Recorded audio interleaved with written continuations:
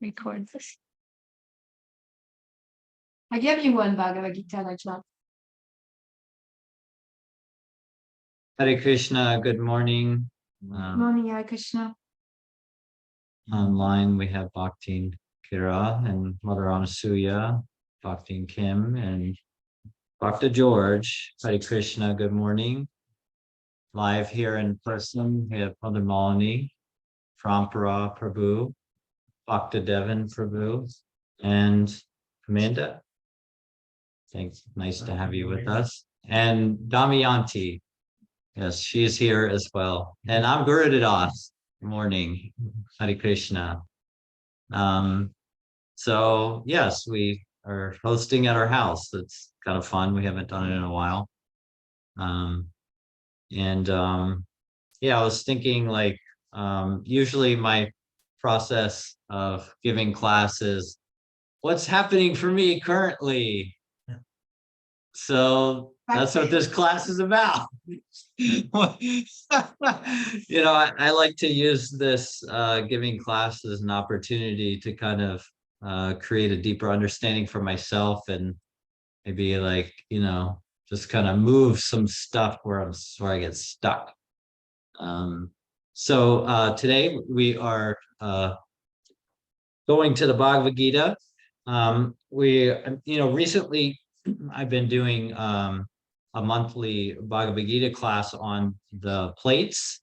Each of the plates, I've been really attracted to the pictures, and especially in connection and relationship to going out and preaching. I find them very powerful. Yes. I just wanted to share. I found that the other day. Do you know about this one? I'm It's not the sure. explanation of all the plates. Oh, that's so nice. Yes. No, I didn't know anything And I about. wanted to tell you it's on page 851. Okay, 851. Mother Malini was just expressing. So Yeah, she just informed me that. Did you say 851? 851, yeah. There's an explanation of the plates. And some of them are very elaborated, some of them are very short. Wow, which is really special. I feel like I want to go there right now. Yeah, I was excited when I found it for you. But I won't do that because that might like pull me some direction I'm not ready to go, but that might be okay too. Did you put the recording on? Yes, the recording's on. So I just wanted to start by looking at the particular plate. Well, let me start by No. Om Namo Bhagavate Vasudevaya.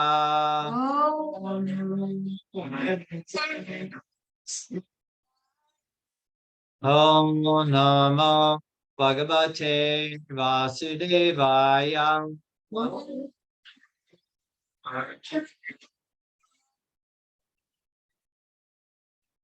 Om Namo Bhagavate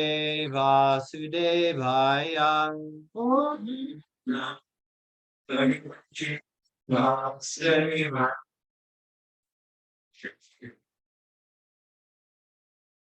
We are looking at plate 13 in this Bhagavad Gita. It's at 499. This is what it looks like right there. Just wanted to show if you don't have a Bhagavad Gita. So we have the demigods. It's in this Bhagavad Gita is page 501. 501 in other Bhagavad Gitas. So we have the demigods up here, and we have Krishna, Lord Vishnu, and then we have these individuals down here that have done some sacrifices, I would imagine, because that's what it's about, and demigods are providing them their needs. It's kind of interesting how I kind of connected to this particular plate. I typically don't really think about demigods too much. I think about like Krishna, but I don't really I just don't really think about demigods too much. You know, my understanding is they're administrative individuals that do Krishna's work in the material world.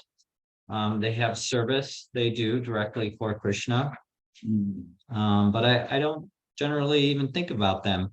And I thought this was an opportunity for me to kind of take a deeper look at like what is my relationship with demigods. I was thinking about like,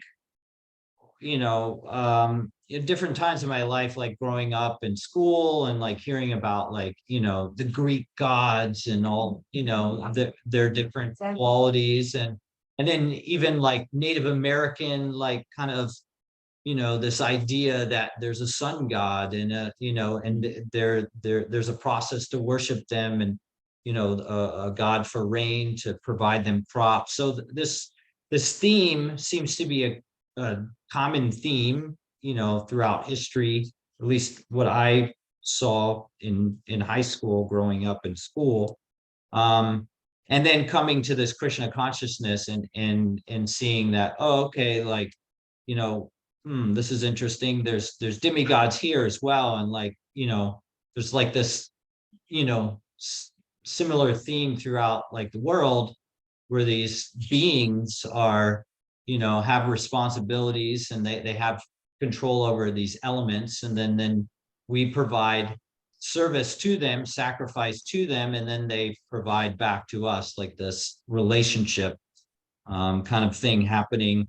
But with Krishna consciousness, we have an additional added element, which was kind of new to me, is like, God being the source of the demigods, like, God's the supreme personality of the Godhead of the demigods themselves. So like beyond the demigods, there's the source of where they come from, and everything in this material world manifests from, which comes from Krishna.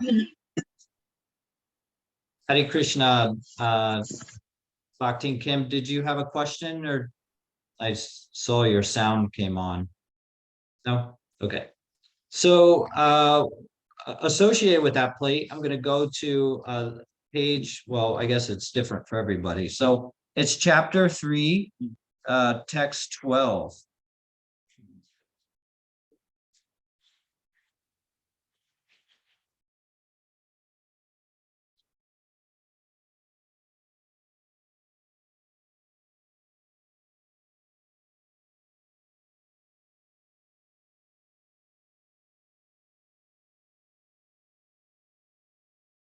Istan Bhagavan hi bo deva dasyante yagyan bhavata tar datan anpradadyan buyo yo buhu Gante Sanya Evasa. Istan, desired. Istan, desired. Bhagavan, Bhagavan, necessities of life. necessities of life. He certainly. Certainly. Vow God, unto you. unto you.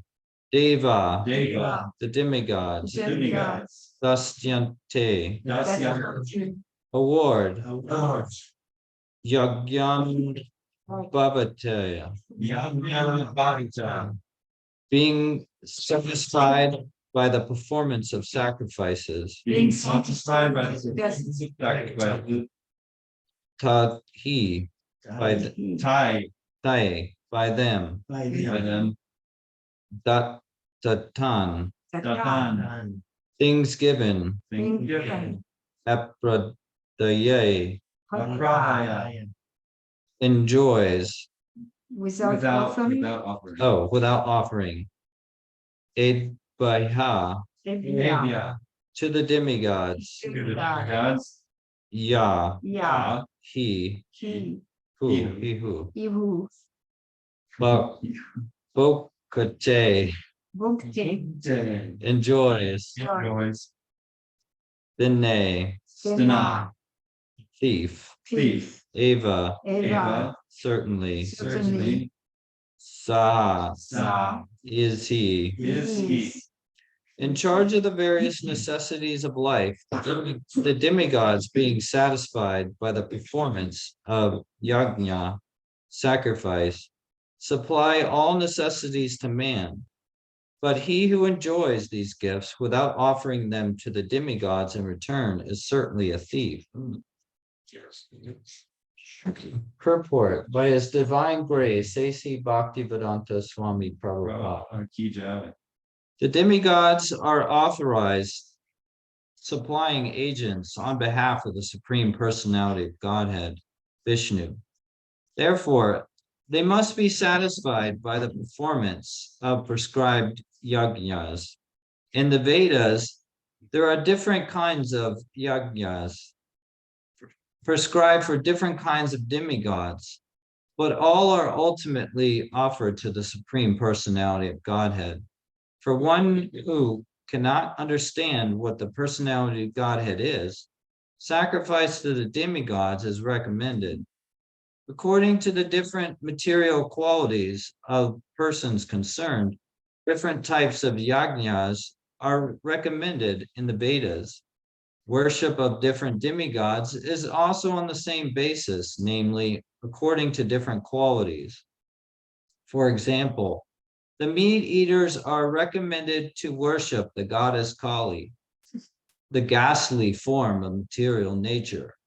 And before the goddess, the sacrifice of animals is recommended. But for those who are in the mode of goodness, the transcendental worship of Vishnu is recommended. But ultimately, all yajnas are meant for gradual promotion to the transcendental position. For ordinary men, at least 5 yajnas known as Panacha Mahayana are necessary. One should know, however, that all the necessities of life that the human society requires are supplied by the demigod agents of the Lord. No one can manufacture anything. Take, for example, all the eatables of the human society. These eatables include grains, fruits, vegetables, milk, sugar, etc., for the persons in the mode of goodness, and also eatables for the non-vegetarians, like meats, etc., none of which can be manufactured by men. Then again, take, for example, heat, light, water, air, etc., which are also necessities of life. None of them can be manufactured by the human society. Without the Supreme Lord, there can be no profuse sunlight, moonlight, rainfall, breeze, etc., without which no one could live. Obviously, our life is dependent on supplies from the Lord. Even for our manufacturing enterprises, we require so many raw materials like metal, sulfur, mercury, magnesium, and so many essentials, all of which are supplied by the agents of the Lord, with the purpose that we should make proper use of them to keep ourselves fit, healthy, for the purpose of self-realization, leading to the ultimate goal of life, namely liberation from the material struggle of existence. This aim of life is attained by the performance of yajnas. If we forget the purpose of human life and simply take supplies from the agents of the Lord for sense gratification, and become more and more entangled in material existence, which is not the purpose of creation, certainly we become thieves, and therefore we are punished by the laws of material nature. A society of thieves can never be happy because they have no aim in life. The gross materialist thieves have no ultimate goal in life. They're simply directed to sense gratification, nor do they have knowledge of how to perform yajnas. Lord Chaitanya, however, inaugurated the easiest performance of yajna, namely the Sankirtan yajna, which can be performed by anyone in the world who accepts the principles of Krishna consciousness. John. Nama Om Vishnu Vadaya Krishna Prastaya Bhutale Srimate Bhaktivedanta Swami Tinamini Namaste Saraswati Devi Gaurvani Pacharni Nirvishesha Sunyavadi Pastyati Desha Tarni. Hare Krishna. Yeah, so I'm gonna go turn back to the picture to look at it. Yeah, so I was thinking about this particular plate in relationship to I guess my life. And I grew up in a Christian home and upbringing, so I did have this like idea that God is the creator of everything and everything comes from God. But I was thinking about like me as a child and even teens and up into my early 20s and 30s, just kind of not really like experiencing the impact of like what that really means. Like just it was just kind of this theoretical like idea, or even like seeing like as growing up as a child in the house in my home, like my parents provide everything for me. I'm not going to work. They bring food and they put it in the refrigerator, and they do most of the cleaning. I had to do a little bit of chores when I was young. It was pretty minimal, I think, for like what's really involved in taking care of a household. It's quite extensive. And I've seen more of that, as I, live the householder life more and more. Like there's so much, maintenance and responsibility to, keep it all functioning. And really thinking about like seeing my children, and their experience of like, or their perception or their perspective on their relationship with me and living in a home and what life really is, and like just kind of really like thinking about like, oh yeah, I was a kid once. I remember like when I was just existing in the world, and most of my basic needs, if not all of them, were provided for me without me putting too much effort outward. Um, so similarly, I was thinking about like my life as a whole, like, and like majority of the society that we live in is pretty godless. And how, individuals just like, the earth, for instance, the relationship they have with food and in nature and the earth, like, well, it's all for, us to just enjoy, to take. And there's no, we don't, really have any, we don't really need to like give thanks, or it's just there. It's like it's provided for us and it's functioning without anyone governing it or anybody in control of like even making it exist. So that's kind of, even though I grew up in a Christian home, like with these, concepts, I still like went out into the world and lived life and had a lot of association with individuals that, had really not much connection with, a higher power or God, or some Mother Earth, or some like idea that like there's like some beings behind providing for them. So, I was really thinking about like, um, how when I went out into the world and started, taking care of myself, I really got to see directly like how much time and energy and effort like it takes to even maintain a single person, let alone a household. Yeah.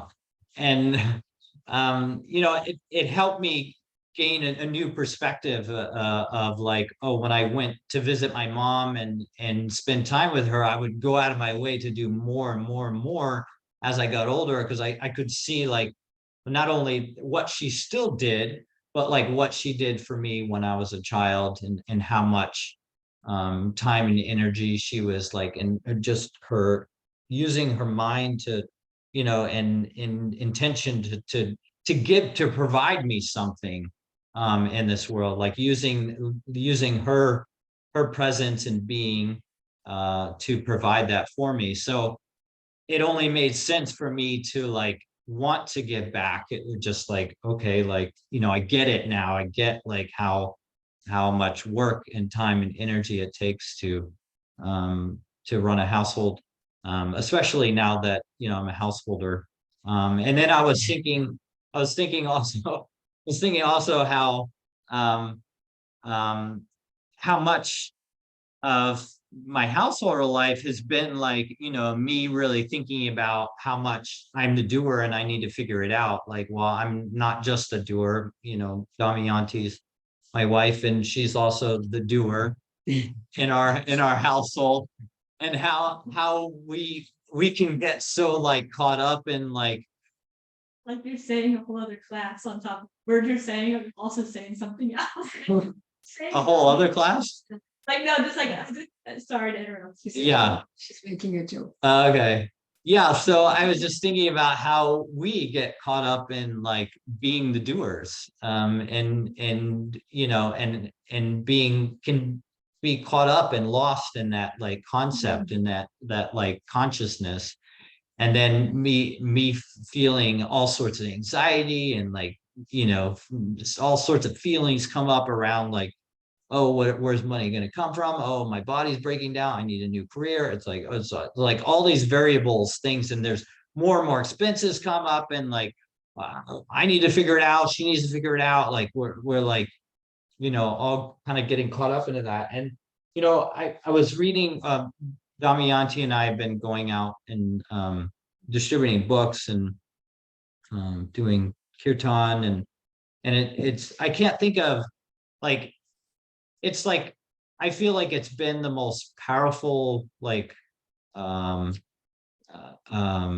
activity with my particular Krishna consciousness experience. It's been the most powerful activity to create movement and more growth and just more enthusiasm to not only continue to serve Srila Prabhupada and continue this practice, but like really see my understanding of what I'm even doing or what this philosophy is even presenting, how it's really helped me gain a more direct, solid like understanding of like what actually this is really all about. And I was reading, and this is my request. It's a special book that was put together. Different quotes, letters that Srila Prabhupada wrote to his devotees regarding book distributing. And I wanted to read this one page because I was like reading through this. We keep it in our car. So usually, I don't know, it seems like sometimes we've picked it up and like read it as we're driving to go distribute books. And I brought it inside and I was like reading through it because there was something drawing me to it in relationship to this particular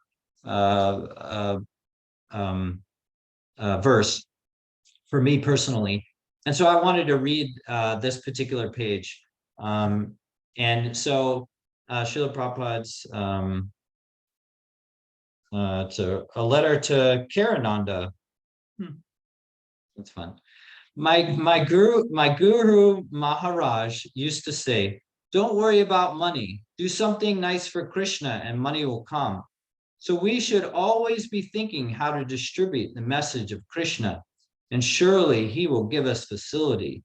Even an ordinary man, if he wants publicity, then he gives so much money for propaganda work. Similarly, Krishna is not poor. He can supply any amount for the devotees engaged in broadcasting his glories.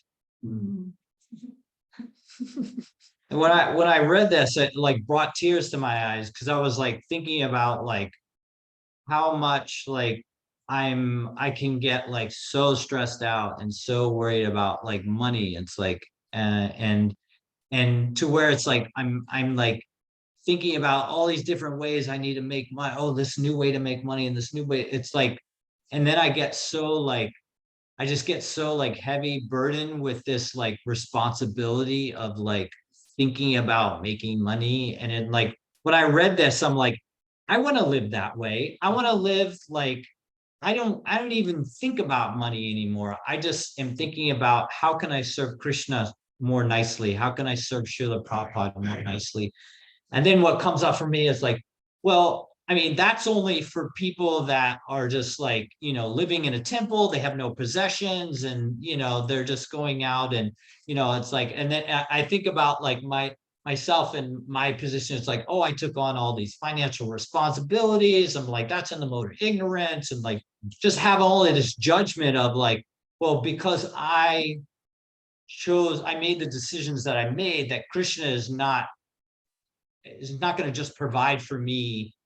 He would only provide for me if I was possessionless or something. Like then I would have everything provided for me.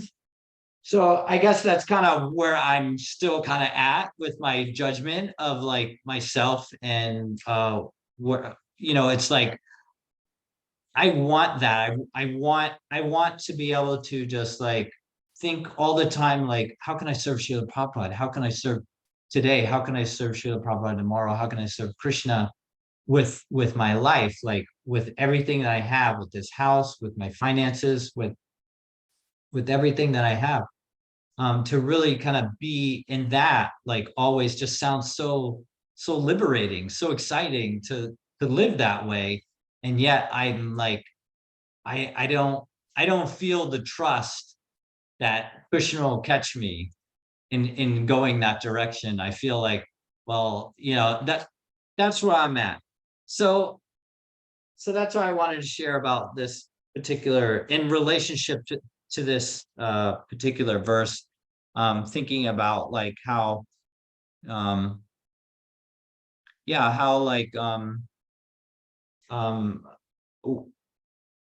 this verse talks about serving the demigods, and then the demigods, providing for, humanity, in the context that we don't have like full knowledge of, like, well, the full knowledge part is like that Krishna is in charge of the demigods, and he's, anything that the demigods are providing, it's actually coming from Krishna.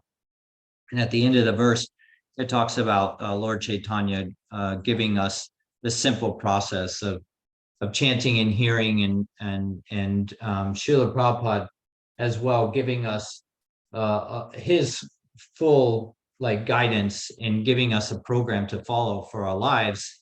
And so that we don't really need to think too much about the demigods. We just need to think, I mean, we can be thankful for their service, and yet like the real focus is on the Supreme Personality of Godhead, Krishna.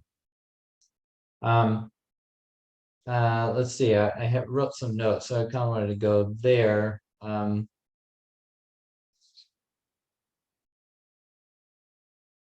Yeah, so I guess I did write a note about like gratitude. And I was thinking how, like, it seems to be like, even if like there isn't this concept of like God providing everything for us, there's like, seems to be a trend, at least that I'm seeing, like, where people are like, cultivating gratitude.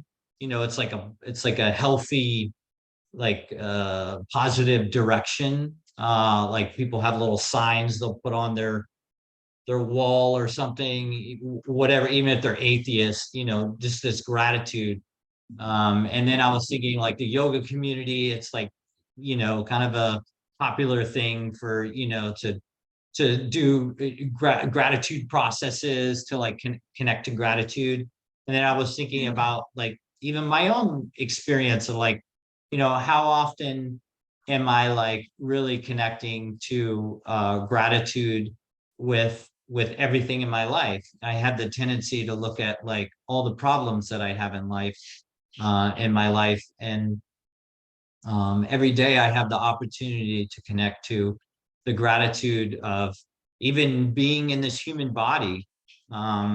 This philosophy presents this idea that the human form of life is the perfect position to be in. Even the demigods are looking to get back into the human form of life so that they have the opportunity to really reconnect to who they really are, and then reconnect to their relationship with Krishna, their eternal relationship with Krishna in Vaikuntha. So, just like thinking about like gratitude, I guess kind of came up for me with this particular verse as well. Just being and reminding myself of everything that Krishna is given to me, without like, I was thinking about like this philosophy presents like so many, like, as a matter of fact, like perspectives, and one of the main perspectives is that Krishna is the source of everything. Everything that we have comes from Krishna. Everything we do is sanctioned by Krishna. So like to be to really raise the awareness, like I was sharing earlier about, like, being a child and at home with my parents, and not really seeing like their role and what they were providing for me, like really seeing it fully for what it really was. And then for myself, like really kind of getting into the nuances in every like aspect of like who Krishna is, and what his influence is in this material world and in my life, really helps me connect to like gratitude more and more of like, I don't even like, I can't even move my body without Krishna sanctioning it. Yeah. So I'm going to read the translation again, and hope to hear something about hope to hear from somebody present about what's happening for them. The devotees of the Lord are released from all kinds of sin because they eat food which is offered first for sacrifice. Others who, oh, that's the wrong verse. That's the one before. In charge of all the various necessities of life, the demigods, being satisfied by the performance of yajna, supply all necessities to man, but he who enjoys these gifts without offering them to the demigods in return is certainly a thief. Hare Krishna. At this time, if anybody would like to share what's happening for them, a comment, question, realization. Yes, Mother Malini. I was thinking, I really like your analogy with the children. So children are all thieves, basically. That's what they are. Yeah. They are in the household, they have no idea how the food come on the table. Yeah. They have no idea how comes the house is clean. They have no idea what it takes to maintain an household and all the work behind it. And just to enjoy it. Yeah. Without like even thinking about it and taking it for granted often. And the older they become, the more they take it for granted. Yeah. More. Huh? You want more. After they become, the more they want more, and they take it for granted, and they're entitled to more, without even thinking of, oh wow, do my parents need to work more to, give me a bicycle? Yeah. What do they need to do? So I really like that analogy, because so much where we are at, Yeah. like we take it for granted, we can breathe. Yeah. Fresh air, and as Kali Yoga is advancing, now water is something that need to be bought. Like a few hundred years ago, nobody ever heard of buying water. What to speak about putting water in bottles? Yeah. And so people take it less for granted, water now, than they used to. And there is scarcity of water coming in different places in the world, and clean water is a real luxury. Clean water is luxury, Yeah. like really luxury. Like we have the spring here, and it's such a fortune. Yeah. And so I was thinking of air, and our air now is getting also bottled. Yeah. Like in China, there is places where they don't have clean air. Hmm. They don't have breathable air. Even in India, in some cities, the air is not breathable anymore. It's like if you breathe that air, you get sick. And now there's commodities that they put air in bottles from Canada and then sell it So nice. $25 a bottle in China. And Yeah. you know, like, okay, instead of, because we have to, because why is that happening? Yeah. Because that's childish attitude. Yeah. We take it for granted. Oh, pure water, it's okay. It's just mine to do whatever I want. Yeah. Oh, clean air, it's okay. It's just mine to do whatever I want. So I pollute it Yeah. because I don't know, like kids, Yeah. like children. So I really like your analogy. And I was thinking about what you said about, like, I'm not going to trust that Krishna is going to provide because I have a house, I have bills, I have a car, I have all that. And it seems that maybe in that reasoning, there is the missing part, maybe like, oh, Krishna already providing.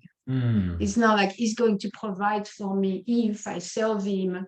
And then, but he's not going to provide because of also those things. I think the first step is seeing that only Krishna is providing. I have a house because Krishna provided, not because of my work, not because of my responsibility, not because of anything, but whatever I have right now in my possession, first is not in my possession, it's Krishna's possession. It can be taken away anytime, including my body, like you said. You cannot move if Krishna doesn't want. And so from that place, I'm not like, oh, I don't trust that Krishna will provide. It's not there anymore because I trust Krishna is providing because he's already providing and he has been providing from the moment I was born. That's what I want to say. Well, yeah, I appreciate you connecting to Krishna is already providing, like my personal example of, you know, going into a place where I'm surrendering to Krishna providing, you know, he's already providing. You know, the reality is he's already providing everything that I've had up to this point. Yeah. And I guess where it's kind of a disconnect for me is like really being solidified in my understanding, or like it's kind of like we're talking about the children analogy, and they're like, you know, when do they have that aha moment to where they're just like, oh, I get it now. I get how much time and energy. I get that, like, it doesn't just come freely. Nothing comes freely. Like everything is like, you know, yeah, I guess that's kind of where I'm at in my process, is like how to kind of come to that place where I'm like seeing clearly, like, okay, it's not that I've been living my whole life without Krishna. Yeah. In my field of vision or my view, I've been living without Krishna. And then coming to this Krishna consciousness and bringing that awareness there that like, oh, Krishna is actually providing everything and has provided everything up to this point. And you have a certain quota. Huh? And you have a certain quota. Yeah, and I have a So certain Krishna, quota as well. Krishna is Yeah. providing. All we can do is stop the quota. We cannot increase it, but we can resist it. Yeah. Embrace it. You would like Open up to it, embrace it. That's all we can do, yeah. Chant. We can resist it also. you would like to share, Damayanti, something associated with this conversation? The class. Yeah, thank Yeah. you for the class. I was just thinking like, maybe what's getting in the way of surrendering to the transforming our consciousness, like of course Krishna will provide, is that we're attached to it looking a certain way. Cause like if like You will provide a tent. huh? You will provide a tent. We already have a tent. Yeah, we already got a tent. It's got some land. Yeah, like just what, like, you know, keeping up with everything we set up, or like a goal and I worked hard and I'm working towards the goal and I've got the goal and like, and all that we put into it and all that we're hoping for, it's like attachment to it looking a certain way. And that might be the thing that's in the way of that consciousness. I don't know, it just clicked with me. Yeah, I appreciate that. Liberated Yeah. everybody. Yeah. You're liberated. For a moment. Yeah, no, I appreciate that. Yeah, the attachment of what it's needs to look like, You know, what my life needs to look like. in facilitating seminars and coaching, we say, oh, when is it that people realize that their parents provided? Some people never. Yeah. Like I've seen 50, 60, 70-year-old parents and like children, yeah, I don't know what to call them, still being angry with their parents. It's such a ridiculous thing to imagine. Yeah. You don't say that in the Zoom. Yeah. You don't say that in the computer. I don't say But now that. you're No, saying. I know.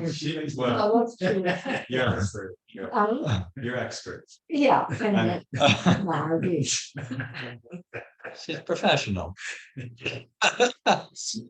Yes, Hare Krishna. And any other comments, questions? Yeah, I do. I have some thoughts. I have some thoughts about the serving the demigods, and there's like, of course, people that do serve the demigods, they worship Indra for rain, and directly like serve the demigods, and it's like, but I thought, well, if we really want to serve the demigods in context to what you said about actually the demigods want to take human births to remember who they are so that they can go back home to Krishna to be truly happy. Yeah. So they're serving in these roles, and they may be also worshiping Krishna, or they may be thinking, this is my project, I'm God, I'm the ruler, and get puffed up. And so to actually truly serve the demigods, we serve Krishna, and that serves the demigods because then they don't get like so much opportunity to get puffed up because, oh, they have so many worshipers and servants. No, we serve Krishna, and then Krishna delivers to them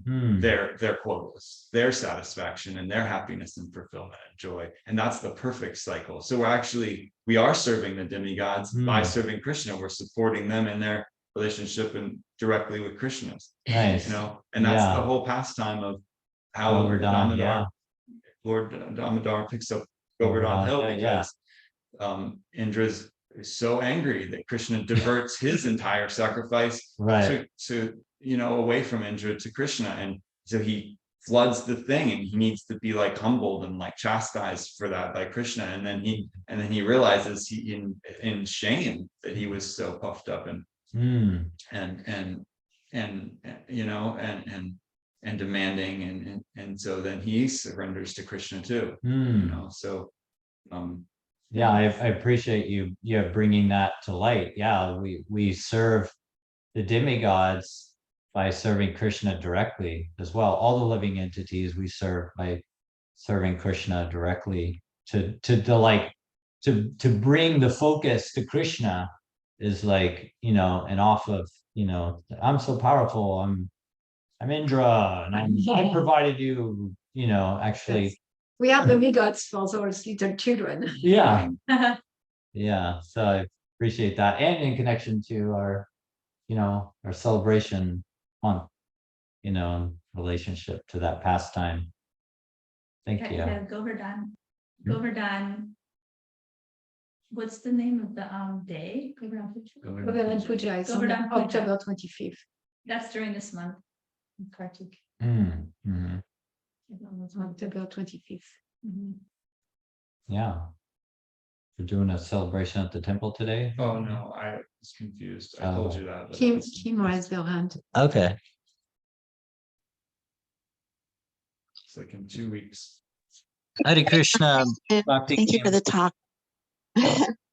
Yeah, thank you for the class. It was really good. What it makes me think about is how Krishna has created this world so perfectly with sacrifice built in. Like every single thing is so obviously you have to sacrifice to get anywhere. And you can sacrifice to Krishna directly, which would be the best sacrifice true. I was just talking to somebody else the other day about, chanting as it is a sacrifice, and it's the perfect sacrifice.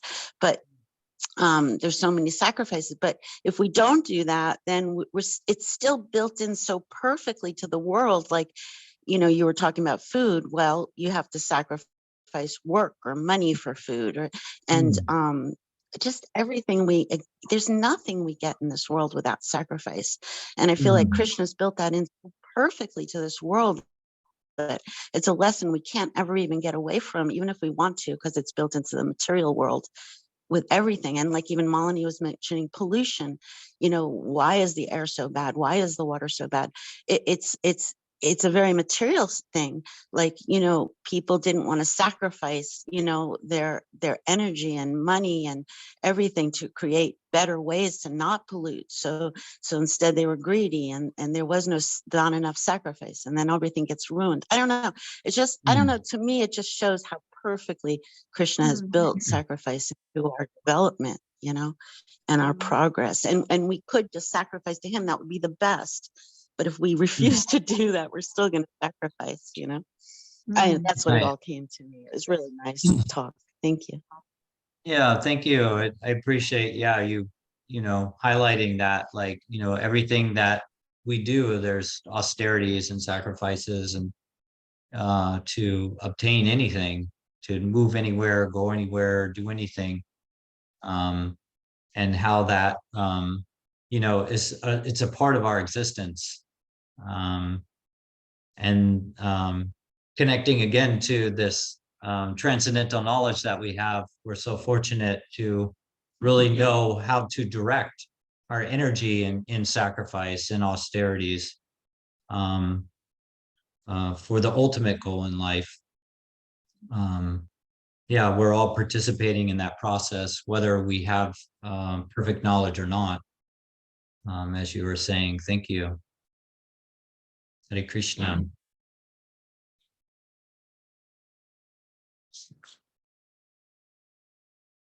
Anybody else like to share? I guess I'll share. Look at you shared what's happening for your class, like what's happening for you, what's happening for you. Yeah. So in that spirit, I'll just like to share that I had this experience of like if there's like the concept of like keeping up with the Joneses, like there's that thing. And then I think like Malini, you expressed like I remember you expressing in classes of like how we want something, and then by the time we get it, like we don't want it anymore, it's kind of too late, or something like that. Like it's like, well, yeah, this is what I really wanted a few years ago, but now I got it. It's like, oh, that's not good enough. Now I need the next thing, or I need something. And then like how I can experience that also, like that's obviously material. It's obviously material life. Like, we whatever, like we wanted this house, and now we have the house, and then, but actually now it's not big enough. We need kids are too big. We need a bigger house, or whatever, things like that. So it's obviously material. But then also I experience like spiritually also that it's like, at least I'm experiencing it now, and maybe it's maybe it's just me or whatever, but spiritually also there's like a spiritual keeping up with the Joneses, I'm feeling of like, the service, here's the service that I wanted, and now I'm doing, and now I'm doing the service I wanted now. But now others are doing more service or better service or whatever I think. And so now my thing's not good enough, or now I want more. And it's like it's about spiritual things, but it's still the same like process.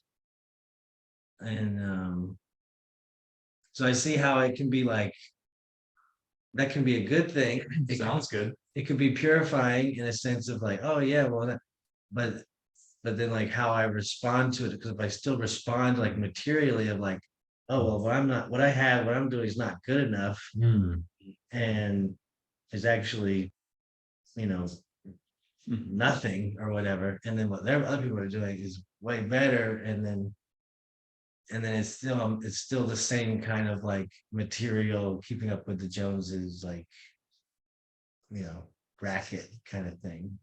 But so anyway, that's just like something that's was at least fresh or alive for me, and I'm experiencing now. And then I remember relating it to what you were saying of like, because it's always expansion. We're always wanting to grow. So it's like, yeah, once I get to a place, this is what I wanted to be, and now I'm here. Okay, now what? Now there's like, okay, so now it's time to keep expanding, keep growing. And then so in one sense, it's like the same thing as that material thing of like, oh, this is what I wanted, now I have it, but it's not good enough, I want more. It's a similar kind of thing, but it's like spiritual. So like, but then how to respond to that. So anyway, that's what I'm experiencing. Yeah, I appreciate you sharing. It sounds like you're noticing that, in material consciousness and material life, you had this experience in your life where, you wanted something and then you got it and it's not satisfying enough, and or you feel like, well, it came too late, or, you wanted it then and it didn't come then. And then some judgment of like, well, now I need something else now. I need something more. And then what maybe you're labeling spiritual, like for yourself. I'm not sure, like, I guess every individual has an idea of what spiritual experience is. So like service, like my spiritual practice, sadhana, and also like service, like outreach, or habits, like things like that, like spiritual. Yeah. So you're noticing you have the same like experience. You're having a similar experience where you had something you wanted to work toward, and you're there, and now it's not satisfying there anymore. And then you're looking at, I thought it was satisfying. I'm like, well, I'm satisfied. And then I'm looking around like, oh, but now other people were more sad or whatever. Like, wait, okay, am I not satisfied? Like, this isn't good enough. So it's like, I think that's the material reaction to it, is like, I feel happy, I'm good, but then wait, now other people, but now I'm not happy. What? No, now I don't like it. Or yeah, so that's me. Something about like looking at what maybe others are doing, like, causes you to like maybe not lose like your real connection to like what your experience is with the service you're doing. Right. It kind of disconnects you somehow. Like what is your, and is that, I guess I'm curious, like, what is your process to like reconnect to like your service? Yeah, that's why I'm here today. Yeah. I did come this stretch myself. I did, I'm here. Okay. So this is one way that this helps you reconnect to like what your service really is at this point in your life. Right. And maybe you have some dissatisfaction, maybe you want to change something, tweak something out, or maybe a whole new direction. I'm wondering, like I feel like that could be a positive thing, for personal growth and, becoming more and more aligned with your service in the world. I'm wondering like what's happening for you right now. Well, yeah, it feels good. I'm just saying it. I'm glad to say it. I don't think I've said it to anyone. Maybe I said it to you. I don't know. So yeah, I feel good to like say it, and like I want to hear my mom say something. And something to share? Yeah, Prabhupada speak about that here. Yeah. Prabhupada speak about the mentality, like miserly mentality, or scarcity mentality. And he speak a lot about jealousy. And it's funny because the way he said jealousy, it's impossible to understand that's what he's saying. But again and again, he speak about jealousy. So to compare ourselves with others, it is material. It is a material, like miserly, like wanted to have more, scarcity, wanted to have more. And looking at, okay, how is that contaminating my spiritual life? How is that contaminating my service attitude? How is that contaminating my devotion and my sadhana? And on the other side, there is such a thing as spiritual competition. Like it is a motivator. Like, wow, Srila Prabhupada smiled when such and such brought a big bouquet of flower. I'm going to bring a bigger bouquet of flower to Srila Prabhupada, but there is no scarcity there. Like the spiritual competition is like the pleasure of the spiritual masters, which pleasure of Srila Prabhupada, the pleasure of Krishna. Like the gopis, they are constantly in competition. They want, and Srimati Radharani, she's completely all the time wanted to bring more people to do service. And it's the opposite, like she's thinking everybody is serving Krishna better than me. And she wants to bring them to do service to Krishna. Why? Because at the core is the pleasure of Krishna that's important. So that, that mentality that plagues us of comparison and scarcity and jealousy and comparison, it's there. And then there is a spiritual counterpart to transform it. Like, okay, I can see that, maybe I want to do other service because others are happier than me, or I'm thinking they're happier, or I want a bigger temple or whatever. And then it's okay. I'm looking at that. I'm looking like, okay, it comes from material. It's about me. Tendency. It's about It's about me. It's a material tendency. It's about, material consciousness, scarcity, jealousy, envy. But still there's something inside that is not to be put in the trash either. If I chant 6 rounds a day and I see someone happier with chanting 16, maybe I'm coming from scarcity, I'm not good enough. When the I'm not good enough is so destructive for spiritual life. Yeah. It's ignorance, it's illusion. That I'm not good enough, or what I have is not enough. So to keep that mentality is staying in a mode of ignorance. And then rising to goodness and pure goodness is that, yeah, I want to chant 16 rounds because that's what the spiritual master wants. That's what's going to be conducive for my spiritual life. So it's like transforming and really like seeing where I'm coming from. I think I experienced that, I'm not, whatever that material can, I'm not good enough. What I'm doing is my service isn't good, my service is bad, and others are doing it better. That actually blocks that actual desire of my heart to want to do better or to want to purify, and actually blocks it. And it's probably like a grungy thing, actually. If I go deeper to it's like a grungy thing to keep that pushed down, that desire pushed down, because what will happen if that comes out? Scary. It's scary. It's scary. I need to take risk. I need to do more sacrifice. I need to show up more. I need to be seen. I need to risk failing. Right. So that's everything. That's my whole thing. Thank you for sharing yourself. Hare Krishna. That's as far as I've gotten.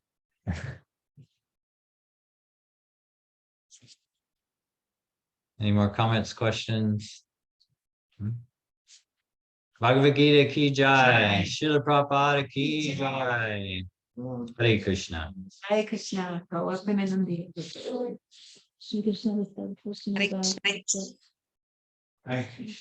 Hare Krishna. Thank you for